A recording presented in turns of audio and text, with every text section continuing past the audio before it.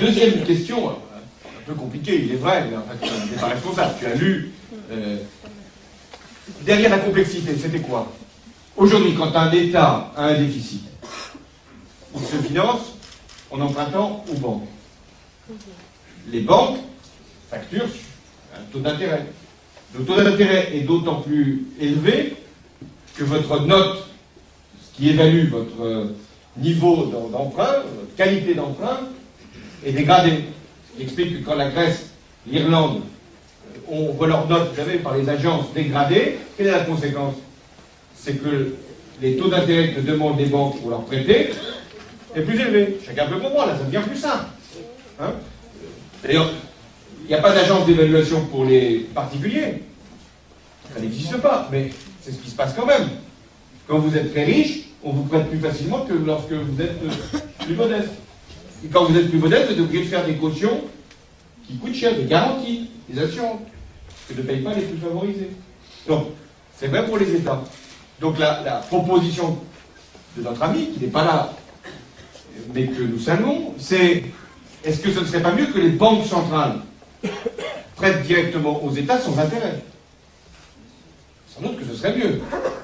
Mais comme vous le savez, il y a une banque centrale européenne. Donc nous ne pouvons pas décider seuls de l'usage qu'elle fait de ces crédits.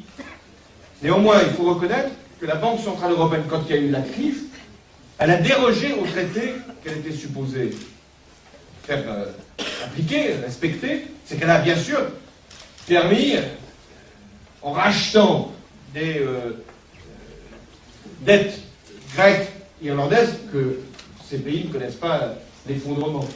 Donc on pourra sans doute, si on travaille avec nos partenaires, essayer de desserrer la contrainte monétaire. Mais je ne veux pas ici donner de l'illusion. On n'arrivera pas à sortir de nos problèmes de financement en demandant à la Banque centrale européenne de nous faire des avances sans intérêt.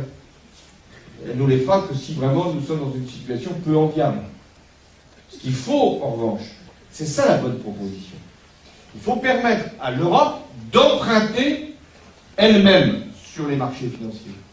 Si l'Europe emprunte elle-même, à ce moment-là, elle peut avoir des taux d'intérêt faibles pour tous les pays qui en sont membres, quel que soit leur niveau de richesse. Et donc, c'est un élément de solidarité européenne. Et en même temps, un élément de confiance dans la monnaie unique. Et d'ailleurs, c'est ce qui s'est passé. Le fonds, je ne vais pas rentrer dans trop de détails, le fonds d'urgence qui a été créé pour sauver la Grèce, l'Irlande et peut-être demain le Portugal, il a fait un emprunt, ce fonds. Et cet emprunt a été finalement très bien attendu, très bien accueilli par les banques primaires, qui ont fait le choix de ne pas demander un taux d'intérêt élevé, mais un taux d'intérêt tout à fait bas. Donc ça prouve que l'Europe, quand elle s'affirme, quand elle porte une idée collective, elle peut agir. Et en revanche, quand on est séparé, on voit les risques de désordre que ça peut